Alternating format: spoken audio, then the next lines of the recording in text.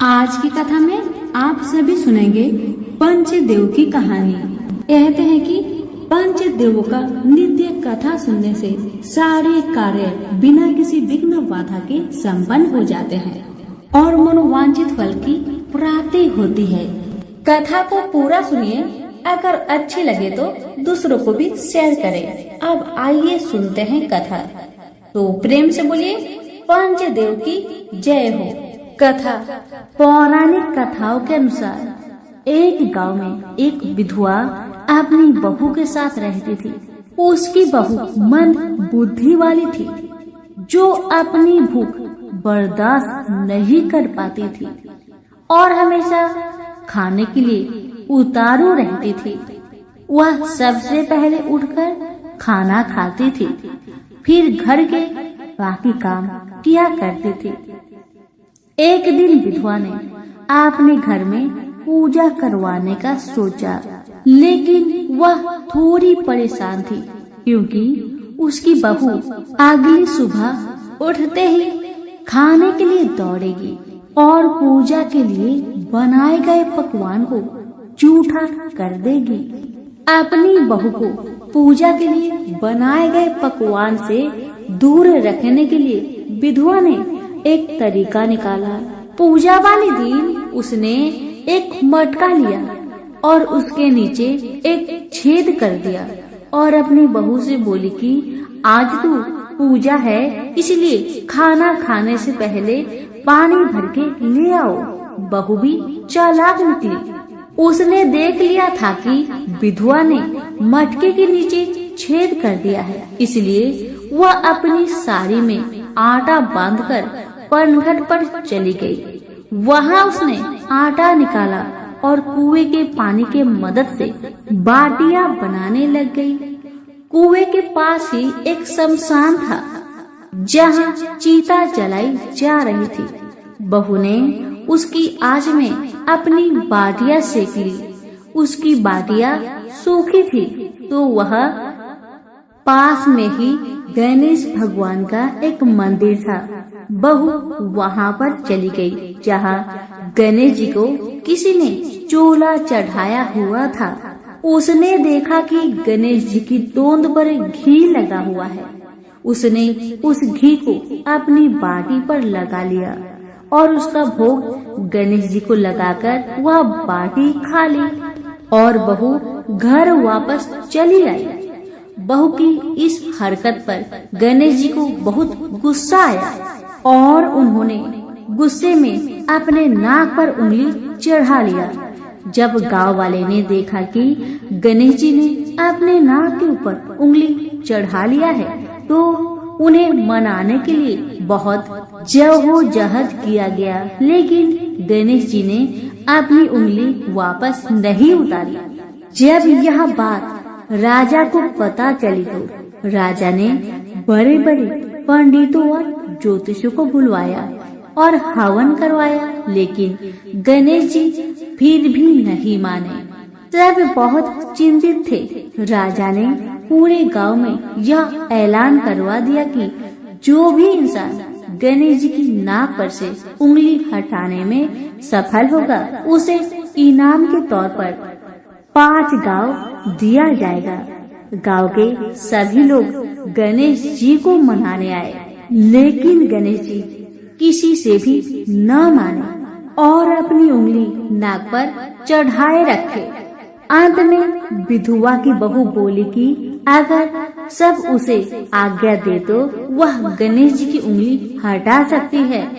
उसकी बात सुनकर उसकी विधवा सासू माँ हंसने लगी और बोली कि जब बड़े बड़े विद्वान कुछ नहीं कर पाए तो वह कैसे गणेश जी को मना पाएगी।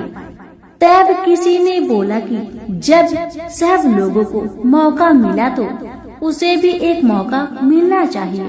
फिर सभी लोग बहू को एक मौका देने के लिए मान गए, लेकिन बहू ने एक शर्त रखी। उसने कहा कि उसके घर से लेकर मंदिर तक पर्दा बांध दी जाए। सब लोगों ने सोचा कि इतना तो हो ही चुका है, तो पर्दा बांधने में क्या जाता है। बहू के कहे अनुसार उसके घर से लेकर मंदिर तक पर्दा लगाया गया। बहू ने अपना दिमाग लगाया और वह अपने साड़ी की आंचल में मोगली छिपाकर मंदिर चली गई। अब बहू ने मंदिर में जाकर गणेश जी से बोला कि मैंने आपके तोंद से जरा सा घी क्या ले लिया, आपने अपने नाक पर उंगली चढ़ा ली। अब आप नाक पर से उंगली हटाइए या दूं एक मोगड़ी की, अभी आपके टुकड़े टुकड़े हो जाएंगे। बहू की यह चेतावनी सुनकर गणेश जी थोड़ा डर गए और उन्होंने सोचा कि यह तो पूरी पागल है, कहीं सच में यह मुझे मोगड़ी न मार दे। अब तो गणेश जी ने बिना सोचे समझे अपनी नाक पर से उंगली हटा ली, जिसे देखकर गांव वाले बहुत खुश हो गए और बहू का जय जयकार करने लगे।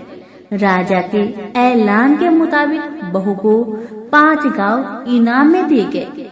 यह कथा सुनकर लोग गणेश भगवान से यह मांगते हैं कि वह भी उस बहू की तरह सबकी बात मान जाए और उनकी सभी मनोकामनाएं पूरी करे। तो प्रेम से बोलिए गणेश महाराज की जय हो। एक गांव में एक बूढ़ी माई रहती थी। वह रविवार के दिन अपने घर को गोबर से लीपा करती थी। उसका यह अटल नियम था।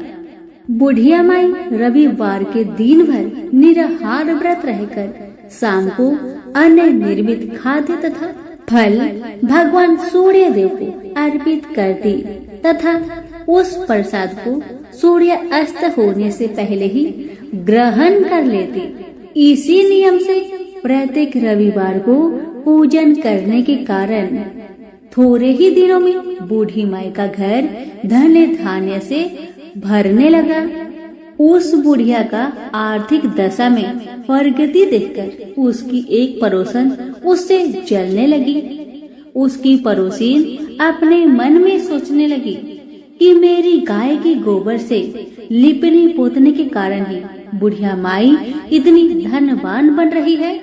रोशन के मन में आया कि अब बुढ़िया को अपने गाय का गोबर गलती से भी लेने नहीं दूंगी। इसी कारण से वह पड़ोसन अपनी गाय को घर के भीतर बांधना शुरू कर दी, जिस कारण से बूढ़ी माई को गोबर मिलना बंद हो गया। बेचारी बुढ़िया अब तो दूसरे रविवार के दिन अपना घर को गोबर से न लिप सकी, इसलिए बड़ी असुविधा हुई। अपने नियम में बाधा पड़ने के कारण वह बुढ़िया बहुत उदास हो गई। मानसिक चिंता के कारण बुढ़िया उस दिन भगवान सूर्य देव को कुछ भी अर्पित ना कर सकी और न तो स्वयं ही प्रसाद रूप में कुछ ग्रहण किया। शाम को वह भूखी प्यासी चिंतातुर अवस्था में सो गई। रात्रि में भगवान सूर्य नारायण ने उस बुढ़िया को सपने में दर्शन देकर दुख का कारण पूछा। तब बूढ़ी माई ने दुखी होकर कहा कि आज गोबर न मिलने के कारण मैं नियम अनुसार आपका पूजन न कर सकी। मेरा नियम भंग हो गया है। इसी एक बात से अत्यंत दुखी हूँ। बुढ़िया की बातों से दरियाद्र होकर सूर्य भगवान ने कहा, मैं तुम्हें एक गाय देता हूँ जिससे तुम्हारी इच्छा पूर्ण होगी। मैं तुम्हारे व्रत पालन की निष्ठा से अत्यंत प्रसन्न होकर तुम्हें वरदान देना चाहता हूँ, अर्थात अब से सदैव तुम्हारा घर धन पुत्र आदि से संपन्न रहेगा। इतना कहकर भगवान वही अंतर ध्यान हो गए। सुबह उठने पर बुढ़िया ने अपने आंगन में एक बछड़े वाली गाय को देखा। रात्रि में देखे हुए सपने की बात बूढ़ी माई को याद आने लगी। बुढ़िया ने गाय को घर से बाहर बांधकर उसके चारे की व्यवस्था की। बूढ़ी माई के दरवाजे पर बंधी हुई गाय को देखकर उसी ईर्ष्यालु पड़ोसन के आश्चर्य का ठिकाना न रहा। उसी समय पड़ोसन क्या देखती है कि बूढ़ी माई के आंगन में जो गाय बंधी हुई है वह तभी गोबर करती है और वह गोबर सोने की होती है। इसे देखकर पड़ोसन की आंखें फटी की फटी रह गई। अब तो बूढ़ी माई की पड़ोसन ने उस सोने की गोबर के स्थान पर अपनी गाय का स्वाभाविक गोबर रखकर उसे उठा लिया, परंतु बूढ़ी माई को पड़ोसन की इस कपट चरण का भेद न जान सके। बूढ़ी माई के इस अज्ञानता पर भगवान सूर्य देव ने विचार किया, मेरी गाय से इस बुढ़िया का उपकार नहीं हो रहा है। इसलिए भगवान ने अपनी माया से एक भयंकर तूफान उत्पन्न कर दिया, जिसके फलस्वरूप बड़े बड़े विशाल वृक्ष भी टूटकर भूमि पर गिरने लगे। इस विनाशकारी दृश्य को देखकर बूढ़ी माई ने अपने गाय को घर के भीतर बांध दिया। प्रातः काल उस गाय से बूढ़ी माई को सोने की गोबर प्राप्त हुई। इसे देखकर बूढ़ी माई बहुत प्रसन्न हुई और वह उसकी सुरक्षा के लिए नित्य ही गाय को भीतर बांधती। बुढ़िया के सावधानी से अब उसकी पड़ोसन का कोई वश नहीं चलता था। एक दिन पड़ोसन ने बुढ़िया की गाय छीन लेने के उद्देश्य से एक चाल चली। उसने राजा के पास उपस्थित होकर राजा से निवेदन किया कि महाराज, मेरी पड़ोसिन बुढ़िया के पास एक अद्भुत गाय है जो सोने की गोबर देती है, अतः वह गाय यदि महाराज आपके पास रहे तो उससे जनता का लाभ हो सकता है। राजा ने उसकी प्रलोभन में आकर अपने सिपाहियों को आदेश दिया कि तुम लोग जाकर उस गाय को यहाँ ले आओ। सिपाहियों ने तुरंत आज्ञा का पालन किया। अब वह गाय का गोबर उठाकर न ले जाने पावे। आदेश देकर राजा महल में चला गया। उस दिन की रात में राजा को प्रसन्नता के कारण नींद न आई। राजा सवेरे होने की प्रतीक्षा उत्सुकता पूर्वक करने लगे। सुबह गाय के पास जाकर देखा, वहाँ स्वाभाविक गोबर के अतिरिक्त कुछ न था। राजा की क्रोध अग्नि भड़क उठी। उन्होंने बूढ़ी माई को बुलवाया और राजा ने उस बुढ़िया से पूछा, क्या तुम्हारी गाय सोने का गोबर देती है? इस बात की सूचना पर मैंने तुम्हारी गाय मंगवाई थी, फिर क्या कारण है कि गाय वैसा गोबर न दे सकी? बूढ़ी माई ने उत्तर दिया, महाराज, गाय के गोबर से घर लिपना मेरा नित्य नियम का काम है। मैं दिन भर व्रत रहकर सायंकाल भगवान सूर्य को नैवेद्य अर्पित कर उस प्रसाद को ग्रहण करती हूँ। मेरे पास जब अपनी गाय न थी तो मैं पड़ोसन के गोबर से घर लिपती थी। देवयोग से गोबर के अभाव में एक दिन में अपने नियम का पालन न कर सकी। उसी दिन में रात्रि में भूखी ही सो गई। रात्रि में भगवान ने स्वप्न देकर मुझे यह गाय प्रदान की है। मेरी इस सियालू पड़ोसन ने आपको सूचना देकर मेरी गाय मुझसे छिनवा ली है। गाय के संबंध में बस मैं इतना ही जानती हूँ। बुढ़िया की बातों से संतुष्ट होकर राजा ने कहा, बूढ़ी माँ, मुझे क्षमा करो, मैं अज्ञानता बस तुम्हारी गाय मंगवा ली है। अब मैं तुम्हारी गाय तुम्हारे घर भेज देता हूँ। इस कार्य के निमित्त तुम्हारी पड़ोसन अपराधनी है और उसे इसका दंड मिलना चाहिए। अपनी गाय वापस पाकर बुढ़िया प्रसन्न होकर अपने घर को चली गई। इसके बाद राजा ने उसकी अपराधीन पड़ोसन को बुलाकर उसे उचित दंड दिया। उस दिन राजा ने अपने नगर में घोषणा करवा दी कि रविवार के दिन सभी नगरवासी दिन भर व्रत रहकर सूर्य देव का पूजन करें। राजा स्वयं भी रविवार व्रत के नियम का पालन करने लगा। व्रत के प्रभाव से राजा दिग्विजय करता हुआ अपने राज्य का विस्तार करने लगा। व्रत करने पर सूर्य भगवान प्रसन्न होकर उसे धन धान्य से समृद्धि और संपूर्ण रोगों से मुक्त कर देते हैं। इस व्रत के प्रभाव से अंधे और कुष्ठी मनुष्य को विशेष लाभ होता है। हे सूर्य भगवान, जैसे आपने उस बूढ़ी माई पर अपनी कृपा बरसाई, वैसे ही आपकी कथा कहने वाले, पुकारे भरने वाले सभी पर अपनी कृपा बनाए रखे। तो प्रेम से बोलिए सूर्य नारायण की जय हो। अमरपुर नगर में एक धनी व्यापारी रहता था। दूर दूर तक उसका व्यापार फैला हुआ था। नगर में उस व्यापारी का सभी लोग मान सम्मान करते थे। इतना सब कुछ होने पर भी वह व्यापारी अंतर मन से बहुत दुखी रहता था, क्योंकि उस व्यापारी का कोई भी पुत्र नहीं था। दिन रात उसे एक ही चिंता सताती रहती थी, उसकी मृत्यु के बाद उसके इतने बड़े व्यापार और धन संपत्ति को कौन संभालेगा। पुत्र पाने की इच्छा से वह व्यापारी प्रति सोमवार भगवान शिव की व्रत पूजा किया करता था। सायंकाल को व्यापारी शिव मंदिर में जाकर भगवान शिव के सामने घी का दीपक जलाया करता था।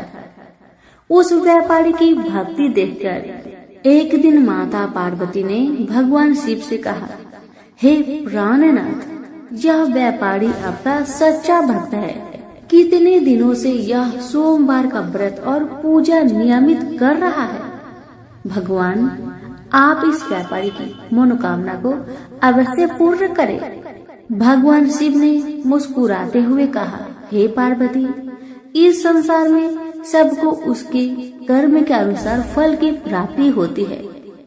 प्राणी जैसा कर्म करते हैं उन्हें वैसा ही फल की प्राप्ति होती है। इसके बावजूद पार्वती जी नहीं मानी। उन्होंने भगवान से आग्रह किया कि नहीं प्राणनाथ, आपको इस व्यापारी की इच्छा को पूरी करना होगा।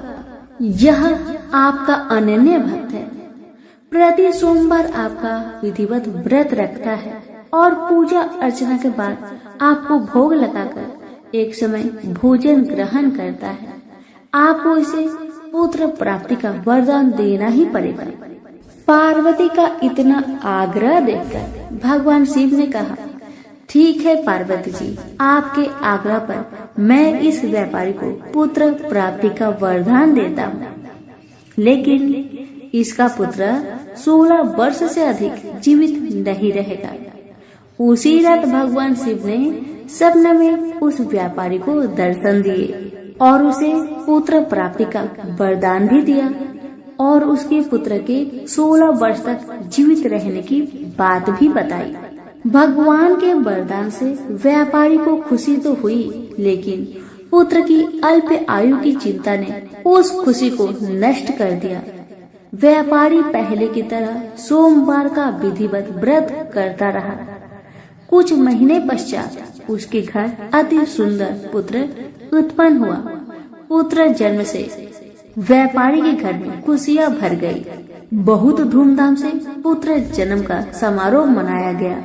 व्यापारी को पुत्र जन्म की अधिक खुशी नहीं हुई, क्योंकि उसे पुत्र की अल्प आयु के रहस्य के बारे में पता था। यह रहस्य घर में किसी को मालूम नहीं था। विद्वान ब्राह्मणों ने उस पुत्र का नाम अमर रखा। जब अमर 12 वर्ष का हुआ तो शिक्षा के लिए उसे बनारसी भेजने का निश्चय हुआ। व्यापारी ने अमर के मामा दीपचंद को बुलवाया और कहा कि अमर को शिक्षा प्राप्त करने के लिए बनारसी छोड़ आओ। अमर अपने मामा के साथ शिक्षा प्राप्त करने के लिए चल दिया। रास्ते में जहाँ भी अमर और प्रेमचंद रात्रि विश्राम करने के लिए ठहरते, वही यज्ञ करते और ब्राह्मणों को भोजन कराते थे। लंबी यात्रा के बाद अमर और दीपचंद एक नगर में पहुँचे।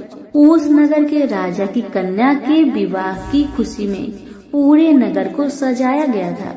निश्चित समय पर बारात आ गई, लेकिन वर का पिता अपने बेटे के एक आंख से काने होने के कारण बहुत चिंतित था।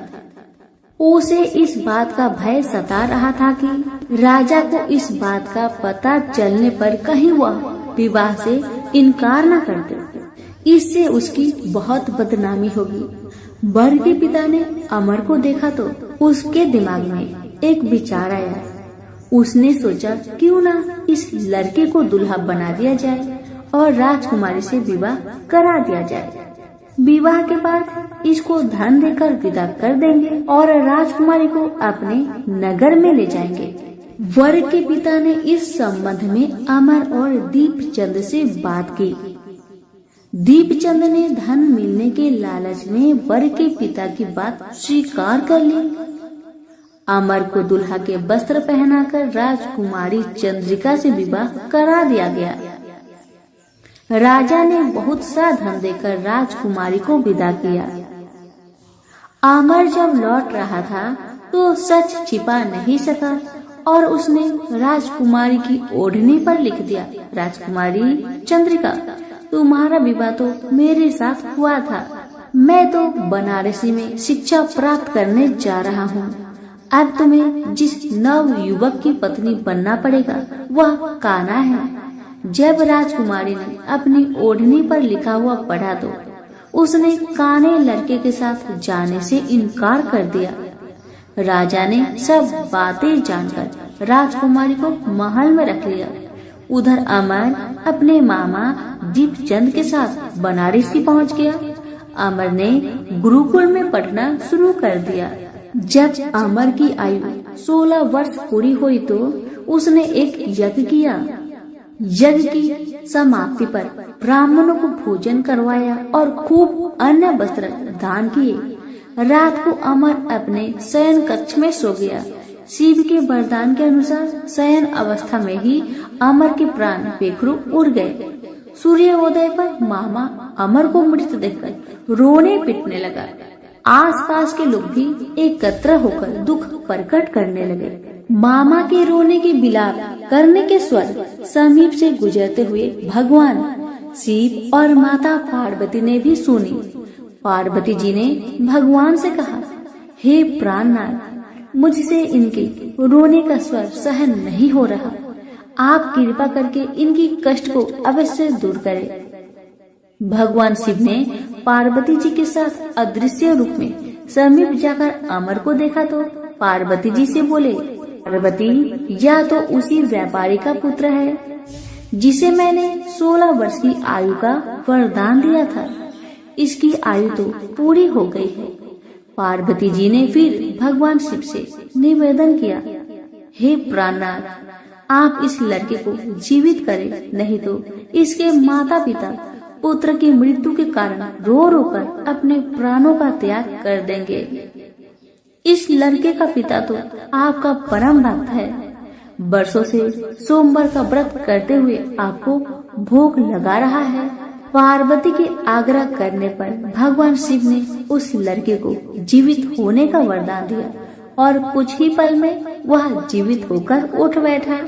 शिक्षा समाप्त करके अमर मामा के साथ अपने नगर की ओर चल दिया। दोनों चलते हुए उसी नगर में पहुँचे जहाँ अमर का विवाह हुआ था।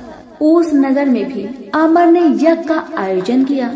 समीप से गुजरते हुए नगर के राजा ने यज्ञ का आयोजन देखा। राजा ने अमर को तुरंत पहचान लिया। यज्ञ समाप्त होने पर राजा अमर और उसके मामा को महल में ले गया और कुछ दिन उन्हें महल में रखकर बहुत सा धन वस्त्र देकर राजकुमारी के साथ विदा किया। रास्ते में सुरक्षा के लिए राजा ने बहुत से सैनिकों को भी साथ भेज दिया। दीपचंद ने नगर में पहुंचते ही एक दूत को घर भेजकर अपने आगमन का सूचना भेजी। अपने बेटे अमर के जीवित वापस लौटने की सूचना से व्यापारी बहुत प्रसन्न हुआ। व्यापारी ने अपनी पत्नी के साथ स्वयं को एक कमरे में बंद कर रखा था। भूखे प्यासे रहकर व्यापारी और उसकी पत्नी बेटे की प्रतीक्षा कर रहे थे। उन्होंने प्रतिज्ञा कर रखी थी कि यदि उन्हें बेटे की मृत्यु का समाचार मिला तो दोनों अपने प्राण त्याग देंगे। व्यापारी अपनी पत्नी और मित्रों के साथ नगर के द्वार पर पहुंचा। अपने बेटे के विवाह का समाचार सुनकर पुत्रवधू राजकुमारी चंद्रिका को देखकर उसकी खुशी का ठिकाना नहीं रहा। उसी रात भगवान शिव ने व्यापारी के सपने में आकर कहा कि हे श्रेष्ठी, मैंने तेरे सोमवार के व्रत करने और व्रत कथा सुनने से प्रसन्न होकर तेरे पुत्र को लंबी आयु प्रदान की है। व्यापारी बहुत प्रसन्न हुआ। सोमवार का व्रत करने से व्यापारी के घर में खुशियाँ लौट आई। शास्त्रों में लिखा है कि जो स्त्री पुरुष सोमवार का विधिवत व्रत करते हैं और व्रत कथा सुनते हैं, उनकी सभी इच्छाएं पूरी होती है। तो प्रेम से बोले उमापति शंकर की जय हो। एक बार भगवान विष्णु जी शेषनाग पर बैठे बैठे बोर हो गए और उन्होंने धरती पर घूमने का विचार किया। वैसे भी कई साल बीत गए थे।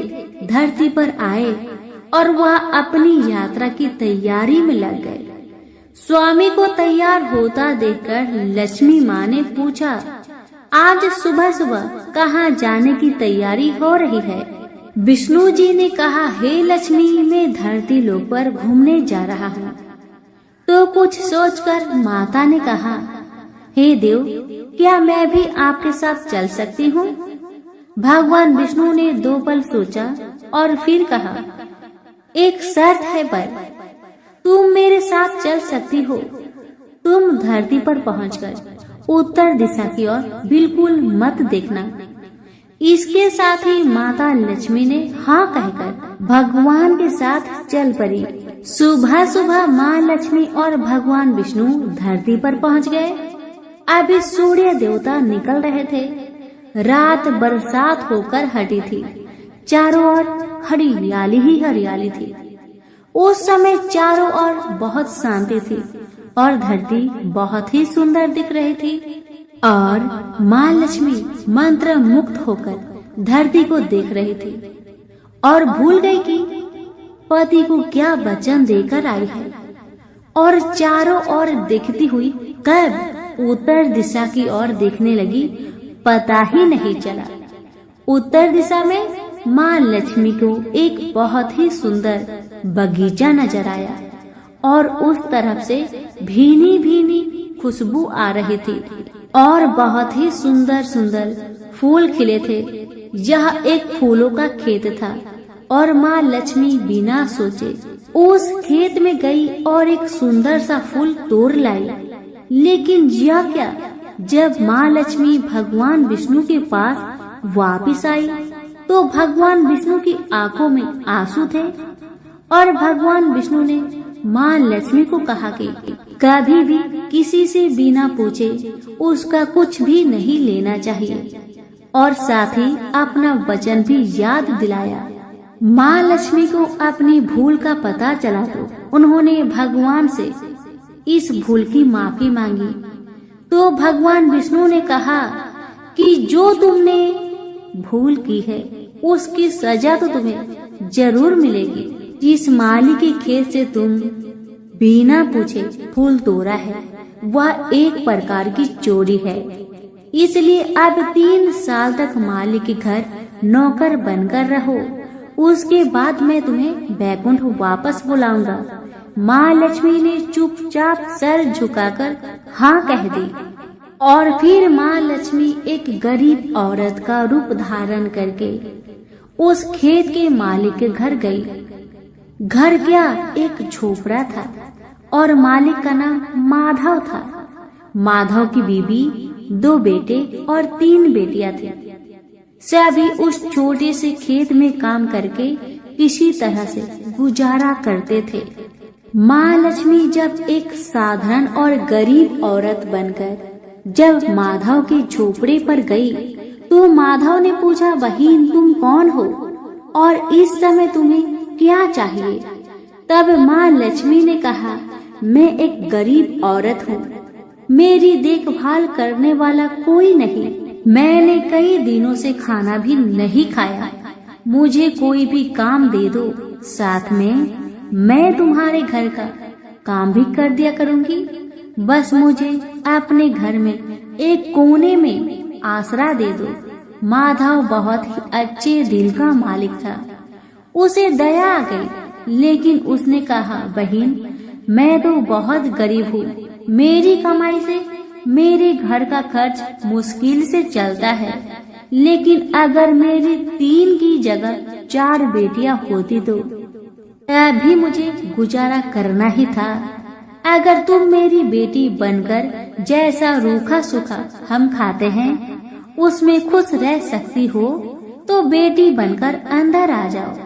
माधव ने माँ लक्ष्मी को अपने झोपड़े में शरण दे दी और माँ लक्ष्मी 3 साल तक उस माधव के घर पर नौकर बनकर रही। जिस दिन माँ लक्ष्मी माधव के घर आई थी उससे दूसरे दिन ही माधव को इतनी आमदनी हुई, फूलों की कमाई से ही शाम को एक गाय खरीद ली। धीरे धीरे माधव ने काफी जमीन खरीद ली और सबने अच्छे अच्छे कपड़े भी बनवा लिए और फिर एक बड़ा पक्का का घर भी बना लिया। बेटियों और बीबी ने गहने भी बनवा लिए और अब मकान भी बहुत बड़ा बनवा लिया था। माधव हमेशा सोचता था कि मुझे ये सब इस महिला के आने के बाद ही मिल रहा है। इस बेटी के रूप में मेरी किस्मत आ गई है। माँ लक्ष्मी को आते हुए 2 से 5 साल बीत गए थे, लेकिन माँ लक्ष्मी अब भी घर में और खेतों में काम करती थी। एक दिन माधव जब अपने खेतों से काम खत्म करके घर आया तो उसने अपने घर के सामने द्वार पर एक देवी स्वरूप गहनों से लदी एक औरत को देखा। ध्यान से देखकर पहचान गया, अरे यह तो मेरी मुंह बोली चौथी बेटी यानी वही औरत है। और पहचान गया कि यह तो माँ लक्ष्मी है। अब तक माधव का पूरा परिवार बाहर आ गया था और सब हैरान होकर माँ लक्ष्मी को देख रहे थे। माधव बोला, माँ हमें माफ कर, हमने तेरे से अनजाने में ही घर और खेत में काम करवाया है। माँ यह कैसा अपराध हो गया। हे माँ हम सबको माफ कर दे। अब माँ लक्ष्मी मुस्कुराई और बोली, माधव तुम बहुत ही अच्छे और दयालु व्यक्ति हो। तुमने मुझे अपनी बेटी की तरह रखा। इसके बदले में मैं तुम्हें वरदान देना चाहती हूँ कि तुम्हारे पास कभी भी खुशियाँ की और धन की कमी नहीं रहेगी। तुम्हें सारे सुख मिलेंगे जिसके तुम हकदार हो। और फिर माँ अपने स्वामी के दोबारा भेजे रथ में बैठकर बैकुंठ चली गई। तो प्रेम से बोलिए लक्ष्मी नारायण की जय हो। पौराणिक कथाओं के अनुसार एक समय की बात है, रंभा और क्रंभा नाम के 2 भाई हुआ करते थे जिन्होंने शक्तियों को प्राप्त करने के लिए घोर तपस्या की थी। उनकी तपस्या देखकर इंद्र को अपने राजपाट छीनने का खतरा महसूस हुआ और फिर इंद्र ने कुछ देवताओं के साथ मिलकर एक भाई को मार डाला जिसका नाम क्रंभा था। रंभा को जब अपने भाई क्रंभा के मरने की खबर मिली तो वह बहुत क्रोधित हुआ। इससे रंभा में बदले की आग लग गई। इसलिए वह अपनी तपस्या में और कठोर हो गया। अपनी उपासना से कई देवताओं को खुश किया और उन्होंने उसे वरदान भी दिया कि वह बहुत शक्तिशाली हो और वह किसी से पराजित नहीं हो सकता, न तो देवताओं से और न ही राक्षसों से। एक बार रंभा ने एक मादा भैंस को देखा और रंभा ने उसके साथ संभोग किया। इसी बीच एक नर भैंस आया और रंभा की हत्या कर दी। दुखद की बात यह थी कि रंभा ने किसी जानवर से सुरक्षित होने का वरदान नहीं लिया था। इस घटना ने मादा भैंस गर्भवती होगी और उसने आग में कूदकर आत्महत्या कर ली। जिस क्षण वह आग में कूदी उसी समय आग से आधा भैंस और आधा मानव बाहर आ गया जिसका नाम महिषासुर पड़ा। महिषासुर ने देवताओं और दैत्य को पराजित किया। उसने देवलोक पर हमला कर उस पर कब्जा कर लिया और सभी देवताओं को बाहर निकाल दिया। सभी देवता ब्रह्मा जी के पास गए ब्रह्मा जी ने उन सबको विष्णु जी और शिव जी से मिलवाया। देवताओं ने विनाशकारी महिषासुर द्वारा उनके ऊपर किया गया अत्याचार बताया, जिसे सुनकर त्रिमूर्ति को बहुत क्रोध आया। इसके बाद त्रिमूर्ति की आंखों से ऊर्जा प्रकट हुई, जो एक नारी का रूप बनी। सभी देवता उस शक्ति को देखकर प्रसन्न हुए और सभी ने उस शक्ति को माँ कहकर माना। इस तरह माँ दुर्गा की उत्पत्ति हुई। भगवान शंकर जी ने देवी को त्रिशूल भेंट किया। भगवान विष्णु ने अपना चक्र निकालकर देवी को दिया। वरुण ने देवी को शंख भेंट किया। अग्नि ने इसे शक्ति दी। वायु ने उसे धनुष और बाण दिए। देवराज इंद्र ने अपना वज्र दिया और ऐरावत हाथी ने अपना घंटा उतारकर देवी को भेंट किया। यमराज ने उसे काल दंड में एक दंड दिया। वरुण ने उसे पाश दिया। प्रजापति ने अष्टाभिक की माला दी और ब्रह्मा जी ने उसे कमंडल दिए। सूर्य ने देवी के समस्त रूपों में अपनी किरणों का तेज भर दिए। इस तरह दूसरे देवताओं ने भी माता को आभूषण और अस्त्र देकर सम्मान किया।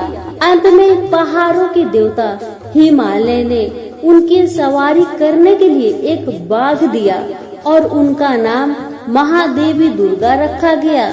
उनके आशीर्वाद से दुर्गा ने बाघ पर चढ़ाई की और महिषासुर का विनाश करने के लिए निकल पड़ी।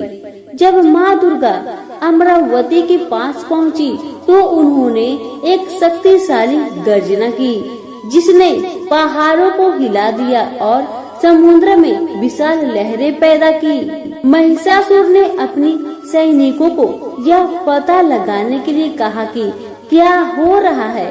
जब उसने सुना कि एक महिला उसे चुनौती दे रही है तो वह हंसा और उसने कहा, उससे कहो कि मैं उससे शादी करके खुश रखूंगा।